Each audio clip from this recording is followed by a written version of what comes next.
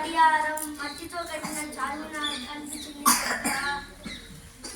చార్మినార్ పక్కనే పక్క మసీదు ఉన్నది. ఆ మక్క మసీదు లోపలికి వెళ్తున్నాము.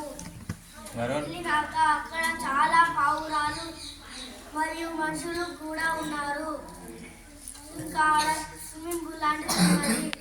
మేము అందరం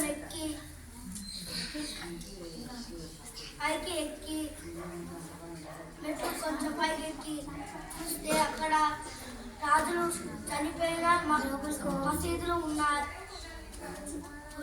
సమాధులు ఉన్నాయి. ఇలా చుట్టూ తిరిగి మళ్ళీ బయటికి వచ్చి ఫోటో దిగి